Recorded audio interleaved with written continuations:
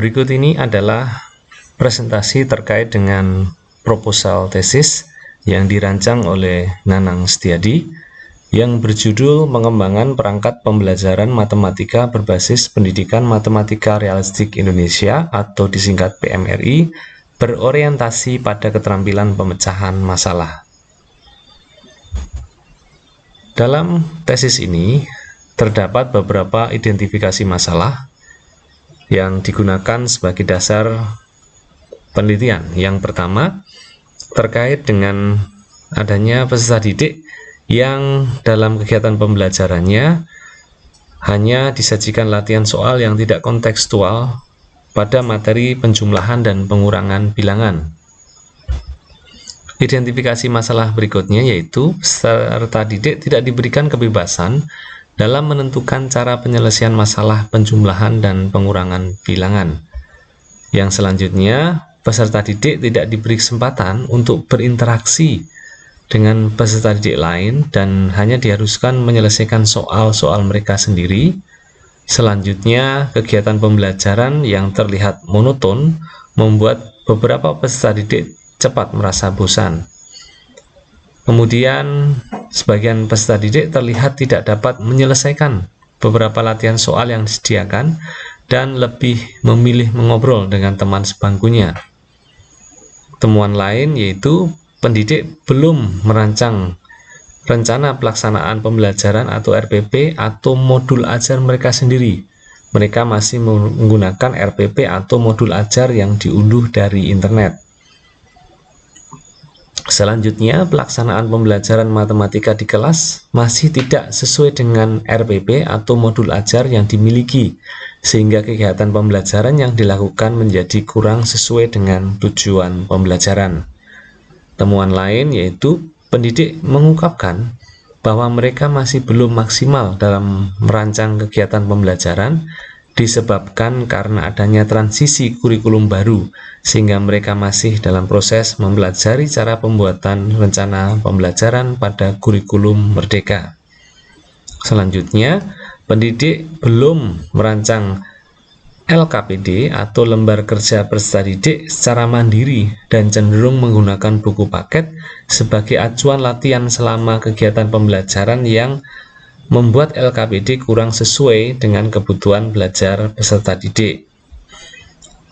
Selanjutnya, mengacu pada hasil asesmen standarisasi pendidikan daerah atau ASPD pada tahun 2021-2022 menunjukkan rata-rata nilai matematika sebesar 50,89. Sedangkan pada tahun pelajaran 2022-2023, nilai rata-rata turun menjadi 40,67. Kemudian masalah yang lain yaitu rapor pendidikan pada tahun 2023 yang dikeluarkan oleh Kemendikbudristek menyatakan bahwa kemampuan numerasi siswa SD Negeri 3 Katipiro termasuk pada kategori sedang, yang berarti perlu upaya mendorong lebih banyak peserta didik dalam mencapai kompetensi minimum. Selanjutnya, rapor pendidikan menunjukkan bahwa kualitas pembelajaran di SD Negeri 3 Katipiro berada pada level sedang, yang berarti kualitas pembelajaran masih perlu ditingkatkan. Adapun rumusan masalah dalam penelitian ini yaitu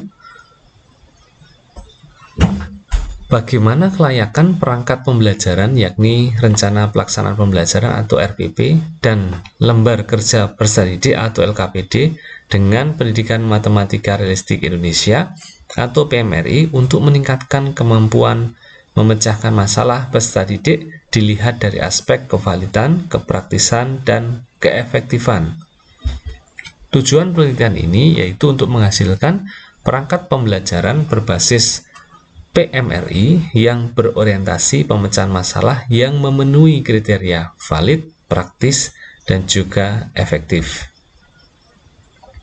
Selanjutnya yaitu terkait dengan landasan teori. Yang pertama terkait dengan pembelajaran matematika. Schoenfeld 2017 pada halaman 2 mengemukakan bahwa Meskipun kaidah-kaidah dalam matematika merupakan suatu yang harus dipelajari, tetapi matematika terkait dengan kehidupan nyata. Oleh karena itu, siswa semestinya diberikan kebebasan untuk mempelajari matematika berdasarkan cara berpikir mereka. Kebebasan tersebut dapat diwujudkan dengan penghargaan atas ide atau gagasan siswa dalam usaha mereka untuk memecahkan masalah yang melibatkan matematika dalam kehidupan sehari-hari. Para siswa tidak harus terikat pada kaidah-kaidah baku matematika seperti rumus-rumus untuk memecahkan masalah. Dengan begitu, pembelajaran matematika akan memberikan kesempatan siswa bereksplorasi secara dinamis. Matematika dipandang sebagai ilmu pengetahuan, tidak sekedar serangkaian aturan atau rumus yang perlu dihafalkan. Oleh karena itu dapat disimpulkan bahwa pembelajaran matematika pada abad ke-21 lebih menitikberatkan pada pembelajaran yang memberi kesempatan peserta didik untuk terlibat aktif dalam kegiatan pembelajaran. Sedangkan Suhadi 2007 dalam Kosasi 2019 halaman 166 menjelaskan bahwa perangkat pembelajaran merupakan bahan alat media petunjuk atau pedoman yang digunakan guru dan siswa dalam melaksanakan pembelajaran. Sedangkan Listiawati 2012 dalam Siburian 2022 mengemukakan bahwa perangkat pembelajaran yang dirancang dan dibuat pendidik dapat berupa silabus, RPP, modul, LKPD, dan tes hasil belajar.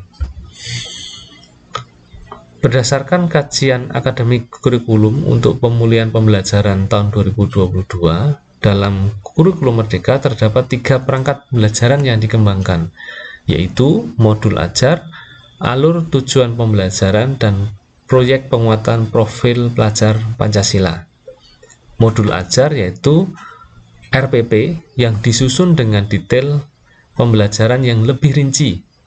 Modul ajar dilengkapi dengan adanya lembar kegiatan siswa atau asesmen untuk mengetahui perencanaan tujuan pembelajaran. Adanya modul ajar memungkinkan pendidik mempunyai perangkat ajar yang beraneka macam, tidak sekedar menggunakan satu buku pelajaran dalam mengajar. Modul ajar tidak terbatas dibuat oleh pemerintah, tapi juga dibuat oleh guru, komunitas pendidikan, penerbit, pakar, atau praktisi lainnya. Tujuannya yaitu pembelajaran tidak selalu menggunakan satu buku teks pelajaran. Selain itu, pembelajaran dapat disesuaikan dengan karakteristik dan kebutuhan peserta didik. Sedangkan alur tujuan pembelajaran merupakan pengganti dari istilah silabus yang lazim digunakan pada kurtilas. Alur tujuan pembelajaran atau ATP merupakan susunan tujuan pembelajaran yang dirancang secara sistematis dari awal hingga akhir fase pembelajaran. Guru diberi keleluasaan untuk membuat ATP sesuai dengan kebutuhan peserta didik. Sedangkan proyek penguatan profil pelajar Pancasila atau disebut P5 merupakan aktivitas pembelajaran kokurikuler berbasis proyek yang dirancang untuk menumbuhkan 6 dimensi profil pelajar Pancasila. Selanjutnya terkait dengan modul ajar, Permendikbud nomor 16 tahun 2022 tentang standar proses menjelaskan beberapa hal terkait dengan perencanaan pembelajaran, yaitu guru menyusun rencana pembelajaran dengan mempertimbangkan tujuan pembelajaran yang hendak dicapai. Pembelajaran yang dirancang semestinya bersifat fleksibel, jelas, dan sederhana. Berdasarkan panduan pembelajaran dan asesmen PAUD Dikdasmen 2022, komponen minimum yang ada dalam modul ajar yaitu adanya tujuan pembelajaran, adanya langkah-langkah atau kegiatan pembelajaran, kemudian rencana asesmen awal, kemudian rencana asesmen akhir, dan juga media yang digunakan. Sedangkan untuk LKPD merupakan salah satu perangkat pembelajaran yang bermanfaat untuk memfasilitasi peserta didik mencapai tujuan pembelajaran. Prastowo 2012 mengemukakan bahwa LKPD merupakan bahan ajar yang berisi tentang materi pembelajaran dan disertai dengan petunjuk mengerjakan tugas. Untuk asesmen pembelajaran berdasarkan panduan pembelajaran dan asesmen PAUD Dikdas dan Menengah 2022 menjelaskan tentang prinsip-prinsip asesmen pembelajaran, diantaranya asesmen menjadi bagian tak terpisahkan dari kegiatan pembelajaran yang berfungsi sebagai salah satu bahan refleksi bagi pendidik, peserta didik, dan orang tua supaya mampu merencanakan strategi pembelajaran selanjutnya. Asesmen disusun sesuai dan dilaksanakan berdasarkan fungsi asesmen tersebut dengan keleluasaan dalam penentuan teknik waktu pelaksanaan asesmen supaya efektif untuk mencapai tujuan pembelajaran. Kemudian asesmen disusun secara adil, proporsional, valid, dan dapat dipercaya. Lalu laporan kemajuan pembelajaran dan pencapaian peserta didik bersifat sederhana dan informatif yang memberikan informasi yang bermanfaat tentang karakter dan kompetensi yang dicapai serta strategi tindak lanjut.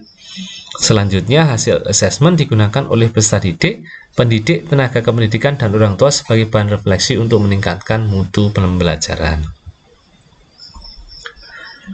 Selanjutnya terkait dengan pengembangan perangkat pembelajaran. Ibrahim dalam Trianto 2014 menyatakan bahwa bahan-bahan yang digunakan dalam kegiatan pembelajaran termasuk dalam kategori perangkat pembelajaran. Contohnya yaitu silabus, RPP, LKPD, buku, dan media pembelajaran.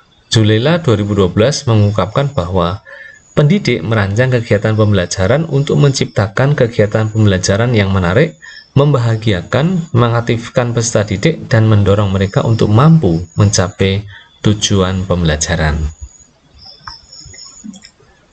Kualitas perangkat pembelajaran. Dalam pengembangan perangkat pembelajaran, kualitas produk perangkat semestinya memenuhi beberapa kriteria tertentu. Kriteria yang digunakan untuk mengukur kualitas produk perangkat pembelajaran yaitu kevalidan, kepraktisan, dan keefektifan. Hal ini sejalan dengan penjelasan Van den Akker 1999 yang menyatakan bahwa kualitas merupakan sebuah konsep yang abstrak yang memerlukan spesifikasi yaitu kevalidan, kepraktisan, dan keefektifan. Selanjutnya terkait dengan pendekatan berbasis PMRI. Griffmeyer dalam RC Thambi dan Zubainur 2014 menyatakan bahwa RME merupakan pendekatan pembelajaran yang menggunakan konteks nyata dengan tujuan membantu peserta didik membangun dan menemukan kembali konsep-konsep matematika. Sedangkan Yilmaz 2020 menyatakan bahwa RME mempercayai bahwa matematika merupakan bagian tak terpisahkan dari kehidupan manusia. Oleh karena itu, kegiatan pembelajaran matematika semestinya dirancang sedemikian rupa sehingga mampu membantu peserta didik mengadaptasikan pengetahuan informal ke formal dengan bantuan konteks permasalahan yang ada di dunia nyata. Kelebihan dan kekurangan PMRI yaitu pembelajaran PMRI memungkinkan peserta didik mempelajari materi dengan lebih bermakna. Kemudian peserta didik bisa menjadi lebih aktif, bisa memberi ruang berkreasi, dan juga memberi kesempatan peserta didik menjadi proses pembelajaran sesuai dengan karakteristik mereka masing-masing. Adapun kelemahannya yaitu yang pertama, PMRI mungkin dianggap sebagai sesuatu yang baru, kemudian referensi konteks permasalahan PMRI belum begitu banyak, dan juga tidak mudah bagi pendidik untuk bisa menstimulasi peserta didik untuk berkreasi, dan terkadang tidak sesederhana yang kita bayangkan untuk bisa menerapkan pendekatan baru ini. Walaupun demikian, PMRI tetap menjadi salah satu pendekatan yang dianggap valid, dianggap cocok untuk membantu meningkatkan prestasi peserta didik. Kemudian yang berikutnya terkait dengan keterampilan pemecahan masalah. NCTM menyatakan bahwa keterampilan pemecahan masalah merupakan karakteristik aktivitas matematika dan merupakan sarana utama dalam mengembangkan pemahaman matematika. Dengan pernyataan tersebut, pembelajaran matematika merupakan bagian tak terpisahkan dengan kegiatan pemecahan masalah. Nah, berikut ini adalah kerangka berpikir dalam penelitian ini, yaitu keterampilan pemecahan masalah merupakan aspek yang penting dan perlu ditingkatkan. Kemudian belum ada pembelajaran atau belum ada perangkat pembelajaran SD yang berorientasi pada pemecahan masalah.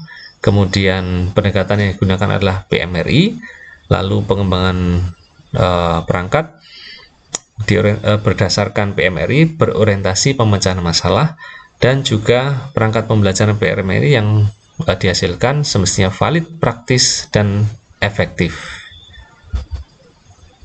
Kemudian pertanyaan penelitian ada 3, yaitu terkait dengan bagaimana kevalidan perangkat yang digunakan, bagaimana kepraktisan, dan juga terakhir adalah keefektifan. Metode penelitian yang digunakan adalah model ADDI, yaitu Analysis, Design, Development, Implementation, dan juga Evaluation. Dalam tahap analisis, peneliti melakukan analisis kebutuhan yang digunakan untuk mengetahui pentingnya pengembangan perangkat pembelajaran yang akan dikembangkan. Sedangkan desain ini adalah terkait dengan pengembangan konsep terkait dengan rencana atau rancangan kegiatan pembelajaran. Dalam tahap development, ini adalah perwujudan dari konsep rancangan yang dilakukan pada tahap sebelumnya. Sedangkan implementation adalah perangkat pembelajaran divalidasi dan direvisi pada tahap uji coba. Kemudian evaluasi ini bertujuan untuk melakukan kajian terkait kepraktisan dan keefektifan perangkat pembelajaran yang dikembangkan. Selanjutnya terkait dengan desain uji coba produk.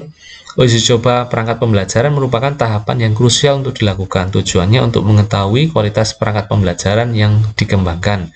Sebelum dilakukan uji coba, ahli materi atau ahli media dan ahli bahasa melakukan validasi perangkat pembelajaran yang dikembangkan, yaitu modul ajar dan juga LKPD. Hasilnya digunakan untuk perbaikan pada perangkat pembelajaran yang dikembangkan. Pada subjek uji coba, penelitian ini menggunakan subjek siswa kelas 3 SD Negeri Kadipiro yang terdiri dari kurang lebih 20 peserta didik. Untuk teknik pengumpulan data, penelitian ini menggunakan lembar validasi, kemudian angket penilaian guru, kemudian angket penilaian peserta didik, melakukan tes pengukuran kemampuan pemecahan masalah matematika peserta didik, dan melakukan observasi terkait dengan keterlaksanaan pembelajaran berbasis PMRI. Tujuan analisis data yaitu untuk mendapatkan bukti terkait dengan validitas, kepraktisan, dan efektivitas perangkat pembelajaran yang dikembangkan. Data yang diperoleh dari kajian para ahli dimanfaatkan untuk menentukan validitas perangkat pembelajaran yang dikembangkan. Adapun hasil analisis uji coba perangkat pembelajaran dijadikan dasar menyimpulkan kepraktisan dan efektivitas perangkat pembelajaran yang dikembangkan. Demikian untuk presentasi terkait dengan proposal tesis yang dikembangkan oleh Nanang Setiadi. Semoga apa yang kami sampaikan cukup jelas dan dapat dilanjutkan untuk implementasi pada bab-bab berikutnya. Terima kasih atas perhatian semuanya.